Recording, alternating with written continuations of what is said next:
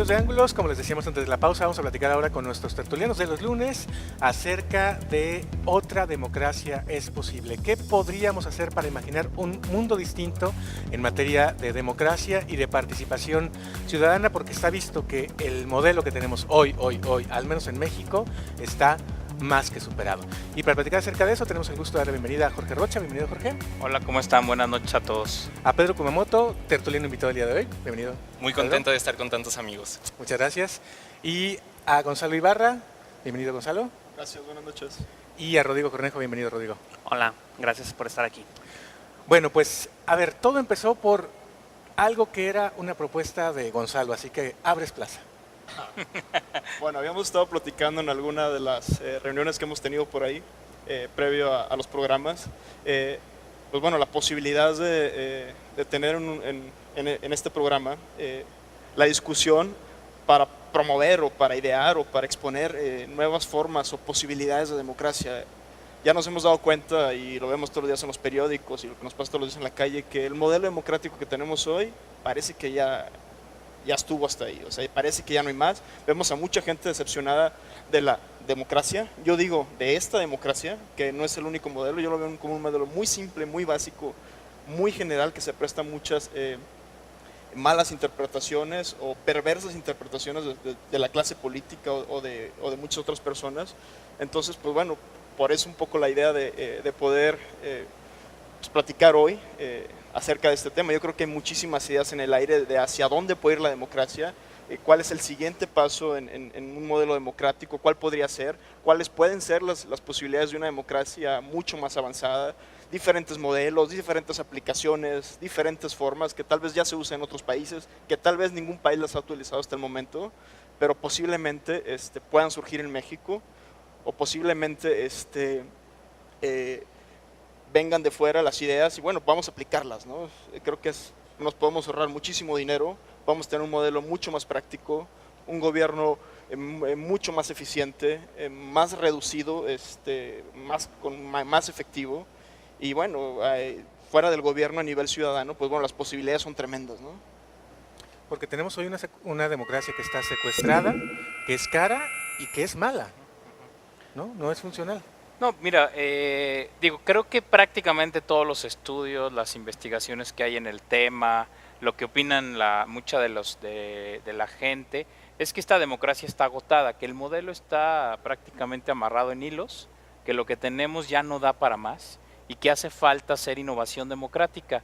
De hecho, estas luego reformas que hemos visto electorales en los últimos años, por citar las últimas dos, la del 2008 y luego esta última que acaba de aprobarse en este año, pues son como más bien remiendos de una cobija que ya está bastante rota y desgastada y que no te cubre prácticamente nada, ¿no? Y lo que se intenta hacer con las reformas es ahí parcharle algo que ya está demasiado gastado, pero que yo lo que sí creo que hay que hacer es más que seguir remendando esa cobija, pues hay que cambiarla, hay que crear una nueva. Y precisamente una de las cosas que este sistema político mexicano ha hecho es quitarnos la capacidad de imaginación política. Creo que esa parte es uno de los derechos más importantes que tendríamos que ejercer como ciudadanos, y creo que ahí los zapatistas nos han dado grandes lecciones desde hace 2 décadas de cómo imaginar una nueva política, una nueva democracia, una nueva de plantear las relaciones de poder. Es que ahí es donde está la clave, y el darnos chance de hacer ejercicios de innovación democrática y de imaginación política, creo que sería es una experiencia que puede generar muchísimos frutos, sobre todo porque creo que eso sí es un elemento nuevo ahora.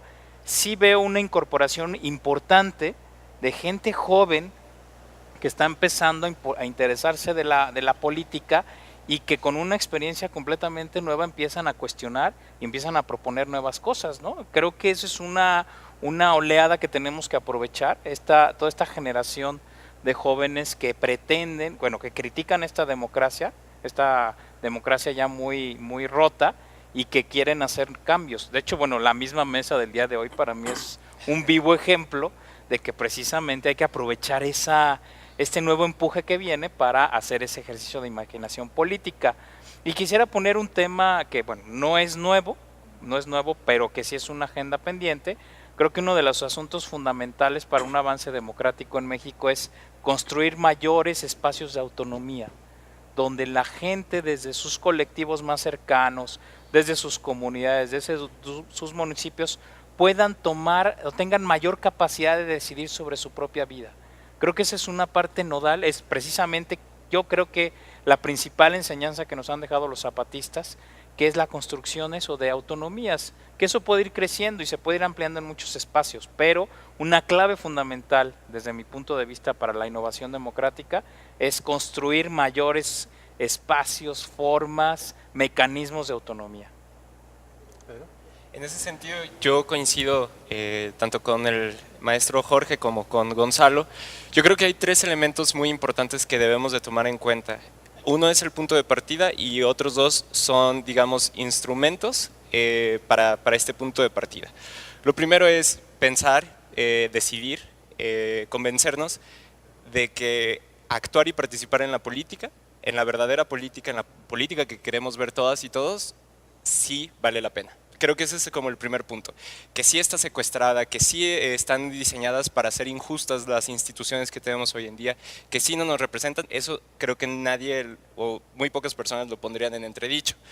Ahora, de eso a perder la esperanza, creo que ese es como un gran paso. Si nosotros aceptamos las condiciones en las que están las cosas, renunciamos a nuestra creatividad política, pues bueno, evidentemente va a ser muy difícil que esto se modifique. En cambio, si decidimos hoy, no voy a aceptar que la política sea de unos cuantos, eso ya nos habla de que por lo menos permitimos que más personas empiecen a interesarse en la política. Ese es el punto de partida y ese es un punto central. No perder la esperanza, no perder las acciones, no perder de empezar a vernos las caras y no dejar de reunirnos, de convocarnos, de vernos, ¿no? Creo que eso es lo primero. Lo segundo tiene que ver con deben de venir nuevas herramientas que pueden ser utilizadas o apuntaladas desde la tecnología, pero también pueden ser unas cuestiones analógicas o cuestiones más institucionales o cuestiones de cómo está organizada orgánicamente la democracia. Cuestiones o figuras que nosotros no reconocemos en nuestro día a día, como puede ser las consultas que se tienen que generar en muchas partes del mundo para poder hacer cambios a la Constitución, por ejemplo. Otro tema que puede ser el presupuesto participativo, no de la forma en que se ha utilizado en México, que ha sido más bien, le pregunto a quién paga sus impuestos, sino más bien cómo se construye un presupuesto de una comunidad a partir de la participación y la fragmentación de las representaciones. Ese es otro ejemplo. Otro claro ejemplo que podemos empezar a ver es elegir nosotros a nuestros regidores o a nuestras regidoras. Yo no creo que muchas personas que nos estén viendo, ni siquiera yo, no sé si alguien de la mesa conozca cuántos regidores tenemos, ¿no? o qué es lo que están haciendo. Entonces nosotros empezar a elegirlos. Y de esa forma podemos encontrar muchos ejemplos. Ahora, también existe la tecnología y es uno de los grandes componentes que nos pueden ayudar hoy por hoy a empezar a tomar las decisiones en nuestras manos. Es decir, a tener una democracia que sí sea representativa como ha existido a lo largo del tiempo, pero también a tomar decisiones de forma directa, a que se nos consulte, a participar en esta toma de decisiones.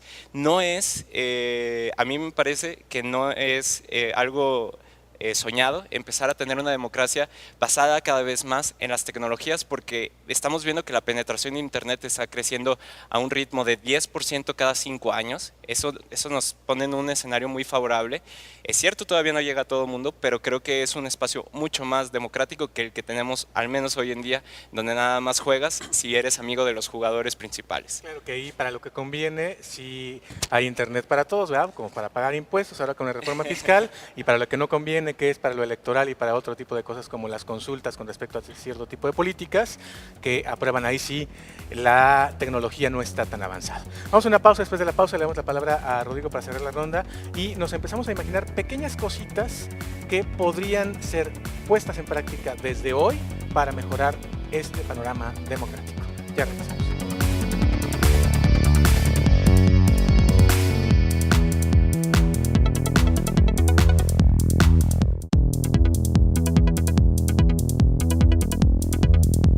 Ya estamos de regreso en Ángulos platicando acerca de otra democracia es posible, cómo imaginar desde una política distinta, una manera de hacer política distinta, pero de verdad, no únicamente enunciativa. Y bueno, pues para terminar la ronda te vamos a dar la palabra, Rodrigo.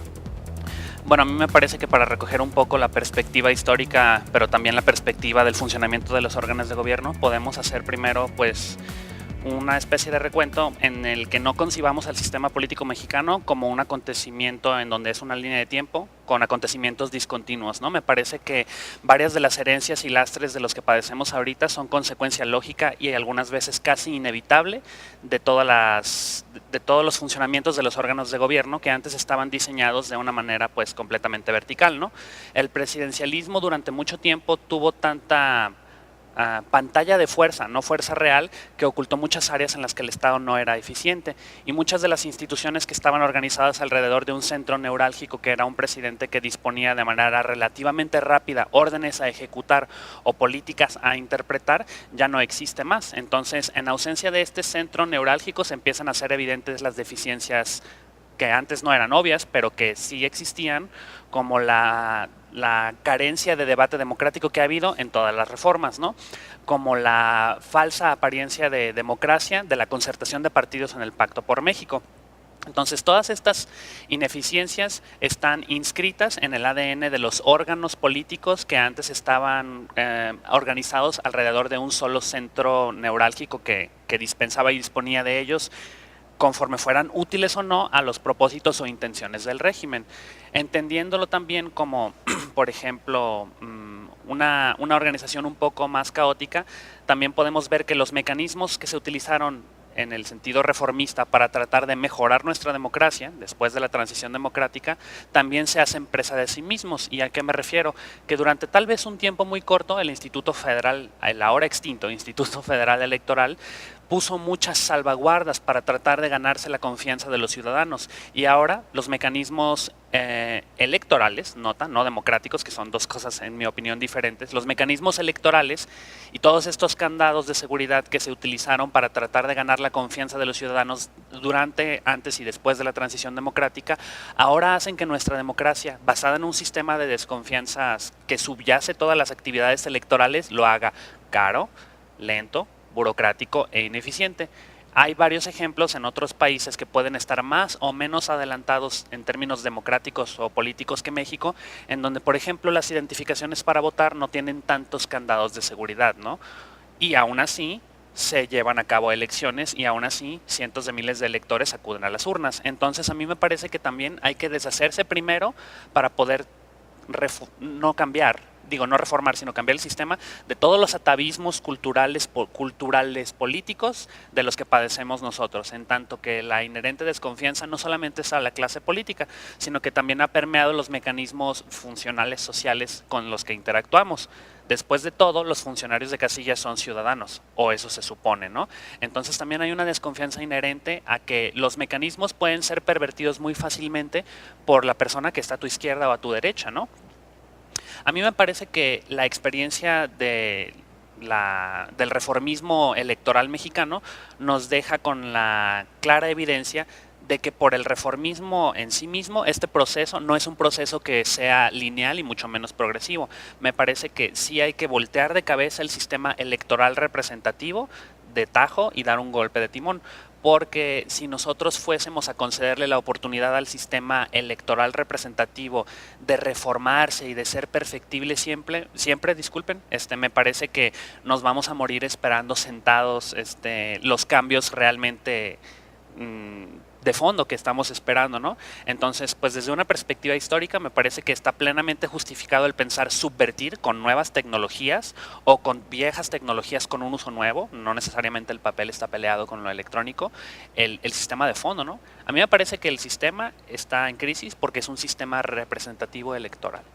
Y hay varias tecnologías, las cuales me parece que podemos discutir aquí más a fondo, desde la penetración, tal vez no tanto del internet, pero de la gran penetración de telefonía celular, por ejemplo, que existe en México, ¿no? Que hay gente que ya sustituyó su línea fija por una línea de teléfono celular, y varias posibilidades de espacio público cibernético que se hacen realidad tanto en las plazas con internet libre, lo podemos ver en un claro ejemplo de todas las personas que están conectadas alrededor del Palacio Municipal de Guadalajara para hacer uso del internet y de la electricidad, para ver que no necesariamente está peleado con un estrato económico o no, pero siempre muy conscientes de las asimetrías tecnológicas que existen, tanto en capacidad de uso, de aprendizaje y de penetración de dispositivos que son bastante caros a veces. Claro.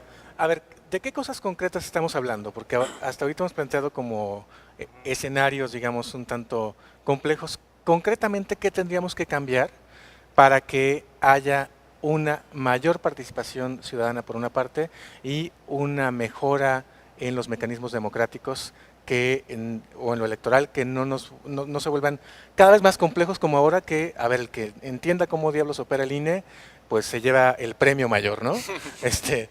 ¿Qué tendríamos que cambiar específicamente, por ejemplo, en esa parte? Yo creo que hay una cosa muy importante ahí, y lo primero son las expectativas.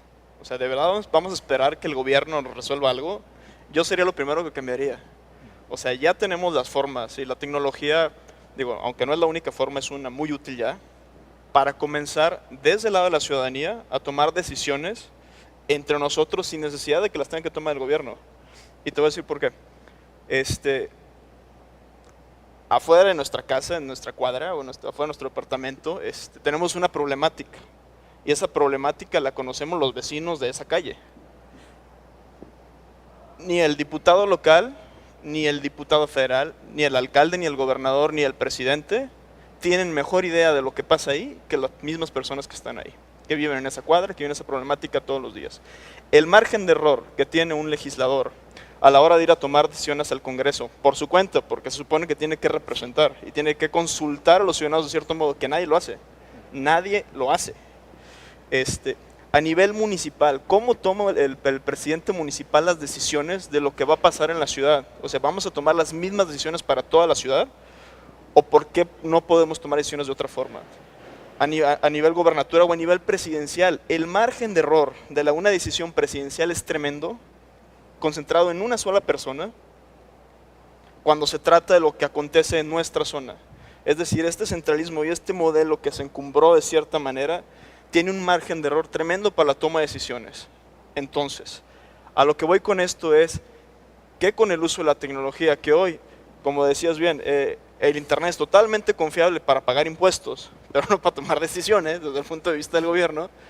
Pues bueno, ¿por qué no podríamos utilizar nosotros los ciudadanos, comenzar a diseñar herramientas entre nosotros, para tomar decisiones, para ponernos de acuerdo en esto, para resolver este problema, para resolver el otro problema? Y va desde la cuestión de seguridad, va desde la cuestión de la basura que está en la calle, va desde muchísimas otras cosas a nivel presupuestal.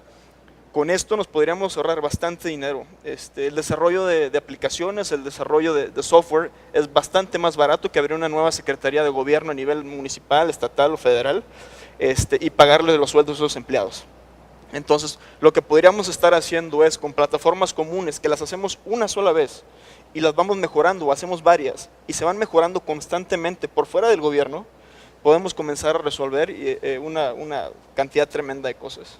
Entonces, por ejemplo, para ponerlo en concreto en política pública, específicamente en lo municipal, ya no hacer estos consejos de sabios para que decidan por la ciudadanía el mejor proyecto para el mercado Corona, sino que a través de aplicaciones en internet se abra completamente abierta a la ciudadanía, que a lo mejor tu candado puede ser el número de tu credencial para votar, para que sea único, y tú votes directamente lo que quieres para tu comunidad, específicamente, por ejemplo, en el caso del centro, o poniendo este caso del mercado. Bueno, pero ahí también entran los expertos. Digo, es importantísimo que estos expertos en diferentes temas estén presentes en el debate. Eso tampoco creo que no los podemos saltar.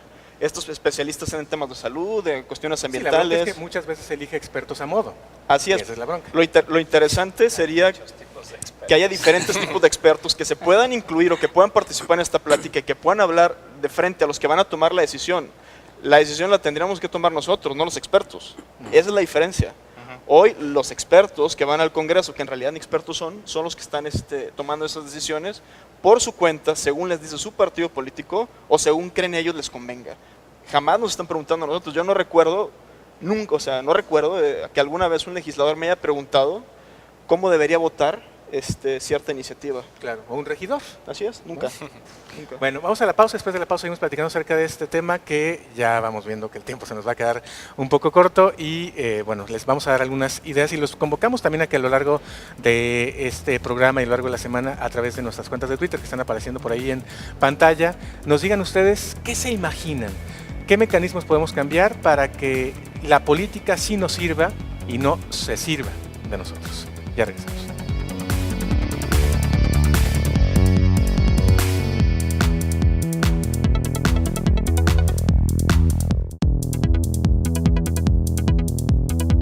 Ya estamos de regreso en Ángulos, pensando en otra democracia posible, otra democracia es posible, a propósito de los mecanismos de participación que hoy tenemos en las leyes que consagran nuestra participación ciudadana, que más bien la vuelven una especie de suplicio, un calvario, una monserga, y mejor optamos en muchos casos por no entrarle. ¿Cuántos de los mecanismos que hoy están en la ley han sido utilizados de manera eficaz por un ciudadano o cuántos han podido siquiera cubrir los requisitos para ser utilizados?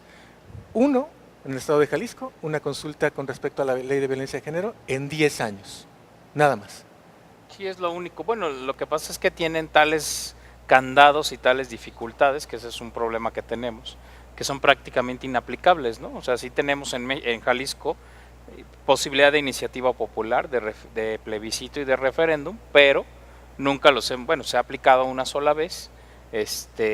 Y fue porque hubo una gran movilización social. De hecho, a mí, que estoy un poco más viejo que varios de aquí, sí me tocó conocer y participar en ese proceso, pero es el único que ha habido.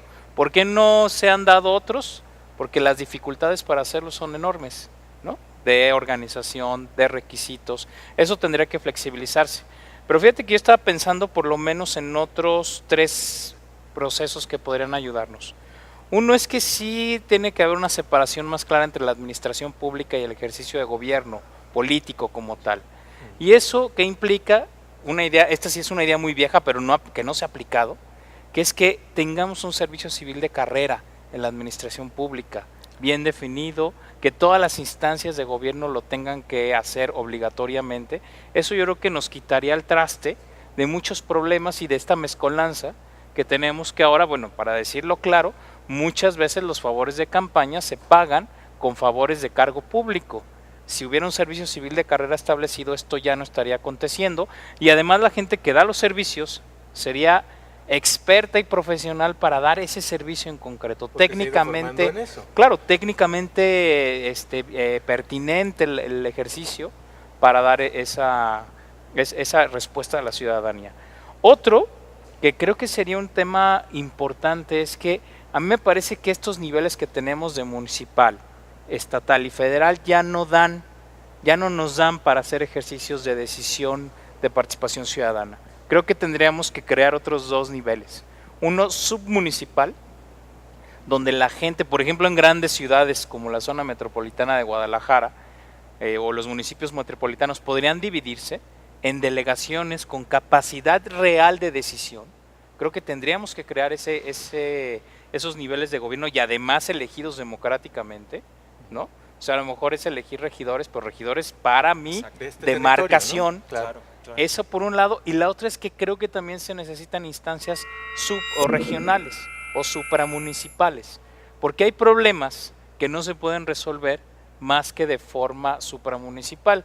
Voy a hablar en términos muy concretos. Todos los temas ecológicos, prácticamente todos, no se resuelven en demarcación municipal, sino que tendría que haber instancias de decisión regional que pudieran tener atribuciones también para poder resolver temas, que no te vas hasta lo federal, porque es demasiado amplio, pero que sí podrías resolver temas como de gobiernos subnacionales, pero digamos de un alcance intermedio entre lo federal y lo estatal. Creo que necesitamos otras figuras de decisión donde además cada plano esté perfectamente delimitado y donde se pudiera incentivar la participación ciudadana, obviamente de distinto nivel. Creo que para mí eso sería un ejercicio de rediseño institucional. Y por otro lado, tomando lo que decía Kumamoto hace rato, esto de las decisiones colectivas sobre puntos fundamentales tendría que reglamentarse. Es decir, no solamente cambios constitucionales, sino cambios o a grandes proyectos en las ciudades. O sea, yo, por supuesto, que temas como la línea 3 del tren ligero o lo del mercado Corona, en una democracia fortalecida tendrían que haber sido sometidos a un debate y luego una decisión ciudadana. Y no solamente, ahí sí, de solo grupos de expertos. Y no a una decisión y a un debate. Exacto. Primero ya tomada la decisión, todo el quejadero, como ¿no? ha pasado, Bueno, ¿no? todo, ¿eh? Exacto, Debatan ya todo lo que quieran, quieran, que ya decidimos, ¿no? Exacto. O temas como el asunto de la presa del Zapotillo.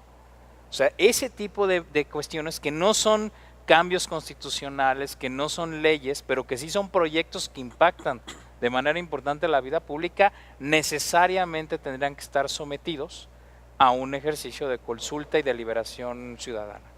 ¿Propuestas? En ese sentido, yo creo que Jorge está dando en el clavo en muchas de las cuestiones institucionales que necesitamos para poder reconvertir.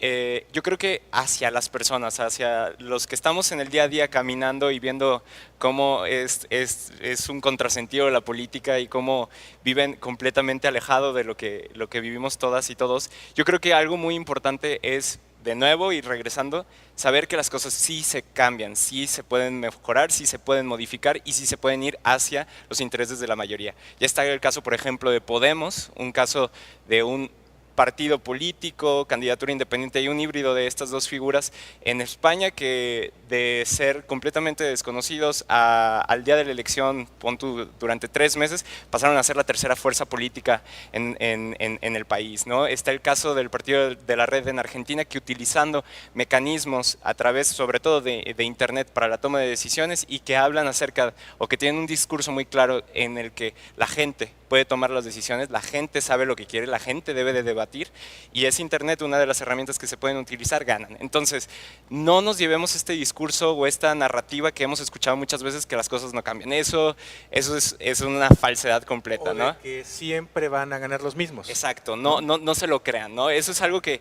O de que voto uno de los que están aquí porque otros no. Exacto, ¿no? Entonces, bueno, viene 2015, por ejemplo, van a haber candidaturas independientes y ahí habrá espacio para apoyar a ciertas candidatas o a candidatos, a colectar firmas, a ayudarles a generar una propuesta de campaña que sea diametralmente distinto a lo que hemos visto. Ese es un pequeño ejemplo. Otro ejemplo que se puede hacer en el día a día es utilizar a la tecnología y a las redes que ya existen para empezar a comunicarnos acerca de los problemas que hay en nuestra colonia, en nuestro municipio. Tienes una causa, tienes una idea, tienes un descontento, acércate a esas personas que ya han estado trabajando estas causas, o genera un nuevo grupo de discusión dentro de las redes sociales. Eso es así como ejemplos pequeños. 3, hay que informarnos acerca de quiénes están tomando las decisiones, hay que estar generando presión, que si la línea 3 va a pasar por mi casa de la manera en que se está haciendo, yo creo que debe de haber un proceso de problematización por parte de las personas, de nuevo, que no se den por vencidas sin siquiera dar la lucha. O si no de problematización, por lo menos de exigencia de información. Totalmente. ¿No? A ver, ponme en claro qué va a pasar aquí. Sería lo mínimo indispensable, ¿no? Cuarto es que, de nuevo, sigamos, o más bien, empecemos a debatir con las personas más cercanas, con nuestros vecinos, con nuestras amigas, con nuestros amigos, para ver cuáles son los problemas que nos están aquejando y ver cómo hacemos frente. Mucha gente piensa que esto se reduce a pláticas de café y no necesariamente es eso, sino que las pláticas de café pueden convertirse muchas veces en organizaciones, en ACs, en colectivos, en mutualidades, en lo que quieras, ¿no? Pero es muy importante que no se queden en el mundo de las ideas, sino que empecemos a hacer una sociedad de organizaciones de la sociedad civil. México es de los países, creo que es el país de Latinoamérica que menos organizaciones de la sociedad civil tiene, ¿no? Y es uno de, probablemente en el mundo, que menos organizaciones tiene. Y eso no significa que no tengamos personas capaces, mujeres activas, hombres pensantes, o sea, eso no significa que no existan. El problema es que no estamos generando este tejido de información. Yo creo que organizadas las personas van a ser mucho más democráticas este tejido. Definitivamente tenemos que también pasar al debate de los partidos políticos tienen que ser o recibir muchísimo menos dinero dejar de ser la monarquía de partidos políticos que tenemos hoy en día, pero debemos de hacer que sea más fácil que se generen estos partidos políticos, que si hay 5,000 personas que tienen una idea y quieren apoyarla, que se les permita registrar un partido político. Sin embargo, que no se les dé la cantidad de dinero, o por decir casi no se les dé dinero, porque ahorita los incentivos son muy altos para meterme a la política y ganar dinero. Claro. Pero la idea debe de empezar a ser mucho, o debe de ser diametralmente distinta en la política debe de ser para servir a los demás y a las demás, ¿no? Y eso yo creo que va a ser el reacomodo institucional, pero también de la sociedad civil, que vamos a empezar a ver en los próximos años y que yo creo que todas las personas que nos están viendo van a tener todas las herramientas para empezarlo. Aspirar al trabajo y no al hueso. ¿Para concluir, Rodrigo? Pues a mí me parece que hay varios instrumentos que ya podemos utilizar, por ejemplo, para medirle la temperatura a varios indicadores del ambiente. El gobierno nos ha vendido la idea de que los indicadores son muy importantes a la hora de medir la eficiencia de gobierno, pero nosotros sabemos que en el ejercicio de la cotidianidad cibernética los indicadores del gobierno pueden contrastar muchísimo con la información que una multitud de personas puede capturar en forma de fotografías, evidencia de video, o por ejemplo puedo pensar en la colaboración de mapas. Hablaban de la inmediatez de los problemas a un nivel incluso seccional municipal, y a mí se me ocurre que ya existen varias herramientas en las que, por ejemplo, de manera colectiva se pueden editar mapas para medir la frecuencia o temperatura de los asaltos en una calle, o medir la temperatura del estadio de las vías de comunicación, o incluso gente puede organizarse y ver exactamente dónde hay gente que comparte la señal de internet simplemente por el placer de compartir la información, ¿no? Entonces me parece que este intercambio de información en tiempo real, de inseguridad. Exactamente, y generar datos, hacer data mining, es decir, nosotros juntarnos, generar los datos que conocemos y compartirlos y problematizarlos dentro de las herramientas es una opción viable, ¿no? Muy bien, pues se nos terminó el tiempo, lamentablemente el tema la verdad es que apenas lo estamos abriendo y queremos invitarlos a que ustedes participen, así que haremos una segunda parte de este tema para invitarlos a ustedes a través de nuestras redes sociales a participar a través de durante toda esta semana, para que ustedes nos digan qué ideas le podemos aportar a nuestro modelo democrático, nuestro modelo de organización, nuestro modelo de gobierno y nuestro modelo electoral para cambiarlo y pensar en que otro mundo en la política es posible si la hacemos nosotros. Así que la próxima semana nos volvemos a ver por acá, comentamos sus ideas y algunas otras ideas de nuestros panelistas, porque creemos que ya es el momento de o pensamos nuevas cosas o no les espero un muy halagador panorama a este país. Muchas gracias, Pedro. Muchas gracias, Rodrigo. Gracias. Muchas gracias, Gonzalo. Muchas gracias, Jorge. Gracias a todos. Y nos vemos la próxima semana acá, el próximo miércoles, perdón por lo tanto, tenemos otro programa acá en Ángulos, y la próxima semana, el próximo lunes con este tema.